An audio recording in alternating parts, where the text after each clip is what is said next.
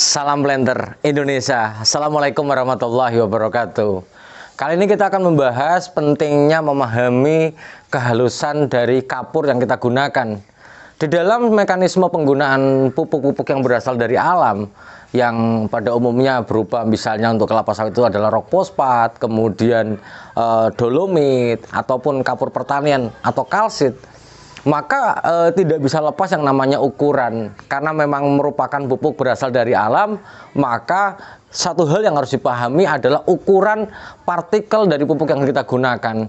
Standar nasional Indonesia memberikan sebuah gambaran standar yang harus dipenuhi dari pupuk-pupuk dari berbahan dasar alam ini berupa dengan ukurannya. Ukuran yang digunakan adalah mesh. Mungkin banyak para petani dan para planter semuanya masih bertanya, mesh ini apa sih, satuan apa? Apakah nggak sentimeter atau milimeter saja?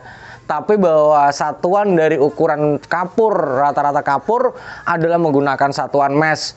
Mesh ini adalah jumlah lubang ayakan dalam 1 inci persegi. 1 inci persegi. Jadi kita kenal yang namanya mesh itu misalnya 40 mesh, 60 mesh, 80 mesh, sampai 100 mesh. Maka dalam misalnya 40 mesh berarti ada 40 lubang dalam 1 inci persegi. Maka 40 mesh ini jauh lebih besar ukuran partikel pupuknya ketika yang lolos dibandingkan dengan 60 mesh. Karena 60 mesh adalah 60 lubang per inci persegi. Hal ini wajib kita ketahui. Mungkin banyak rekan-rekan ataupun sahabat The Brondol juga ditawari sebuah bahan kapur. Biasanya adalah apakah menggunakan 100 mesh atau 80 mesh. Maka semakin halus kapur pertanian atau kapur yang kita gunakan misalnya dolomit, maka akan berbanding lurus dengan reaksinya. Sekali lagi saya ulangi bahwa semakin halus bahannya, maka akan semakin lebih mempercepat reaksinya. Karena memang di dalam penggunaan penggunaan kapur ini yang tujuan utamanya adalah bagaimana menetralisir pH tanah itu sendiri, maka kita berharap adanya percepatan reaksi setelah diberikan kapur. Jangan setelah diberikan kapur ternyata reaksinya lambat, ternyata ukurannya tidak sesuai dengan yang ada. Maka kehalusan kapur ini juga akan berpengaruh terhadap jumlah kapur yang diperlukan. Sebagai contoh, untuk mendapatkan tanah dengan pH netral misalnya 5,5 sampai 6,5, kita biasanya menggunakan kapur dengan atau misalnya kalsium karbonat atau kalsit atau kaptan yang namanya itu, kita biasanya menggunakan 1 ton per hektarnya. Nah, ketika misalnya ternyata kita menggunakan kapur dengan ukuran yang lebih besar, yaitu adalah misalnya 40 mesh dengan keefektifan misalnya cuma 50% saja, maka bisa saja kita membutuhkan kapur pertanian yang jumlahnya lebih banyak. Ya, taplannya sebuah atau pupuk yang lainnya yang mungkin banyak beredar sekarang, banyak digunakan para petani, yaitu adalah dolomit, kalsium magnesium karbonat. Kalsium magnesium karbonat juga harus memenuhi standar ukurannya. Semakin halus, misalnya ada beberapa jenis-jenis kapur dolomit yang beredar mulai dari Jawa maupun dari di luar Jawa, maka yang harus kita pahami dulu adalah ukurannya. Jangan menggunakan kapur yang ukurannya lebih besar, karena bahwa semakin besar ukurannya maka semakin lambat bereaksi. Kalau kita memang di dalam petani kelapa sawit yang membutuhkan reaksi yang cepat, misalnya kita membuka lahan gambut dengan kondisi gambutnya masih fibris, yang jaringan gambutnya masih kasar dengan pH yang drop, maka kita berharap untuk memberikan kondisi kimiawi di dalam gambut fibris ini adalah menaikkan pH-nya. pH yang biasanya misalnya kisarnya 4,5, bagaimana bisa mendapatkan netral sampai ke angka 6,5, maka kita harus menambahkan kapur.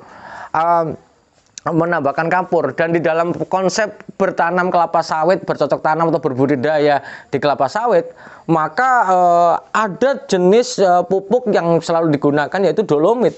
Maka dolomit ini juga harus mengikuti standarnya. Apabila kondisinya terlalu besar, terlalu lolos ayakannya itu terlalu besar, maka reaksinya akan berkurang. Oleh karena itu para petani dan para planter semuanya, jika Bapak Ibu semuanya menggunakan jenis-jenis kapur misalnya kalsium karbonat atau kalsium magnesium karbonat, kapur pertanian ataupun dolomit, ternyata di dalam kemasannya itu ada bongkahan yang tidak bisa dihancurkan, berarti itu tidak sesuai dengan standarnya. Karena bahwa standar kapur misalnya dia ada tulisannya 80 mes, berarti kapur yang dijual di pack itu adalah sudah lolos dari ukuran 80 mes. Tidak mungkin bahwa ukurannya itu sangat besar-besar, itu enggak beronggol-beronggol, itu enggak mungkin. Jika dia yang beronggol-beronggol kasar, berarti tidak sesuai dengan spesifikasi di dalam pupuk yang kita gunakan. Nah, di dalam kenaikan pH sendiri, ini cerita di dalam kenaikan pH sendiri, berdasarkan penelitiannya di Havlin et al. 2005, bahwa kenaikan pH secara sistematis atau dalam persatuan waktu, kenaikan pH dengan pemberian 100 mes, 80 mes, 60 mes, atau 40 mes, ternyata bahwa ada berbanding lurus. Kecepatan reaksi kehalusan kapur, semakin halus kapurnya, maka reaksi akan berjalan lebih cepat. Ini yang harus kita pahami. Sekali lagi, semakin halus kapur yang kita gunakan, maka reaksinya akan lebih cepat. Kalau kita adopsi ke dalam dolomit, pemberian dolomit, karena kalsium magnesium karbonat selain untuk menambahi kapur atau menaikkan pH, ternyata sebagai penambah unsur hara magnesium, maka juga baiknya adalah yang halus. Kalau bisa 100 mes, kenapa harus 80 mes? Seperti itu, karena semakin halus bahannya, semakin cepat reaksinya. Mungkin itu saja dulu yang dapat saya sampaikan. Semoga bermanfaat bagi para petani semuanya. Ingat bahwa pemupukan kapur, salah satunya kecepatan reaksinya adalah ditentukan dari ukuran partikel kapur itu sendiri.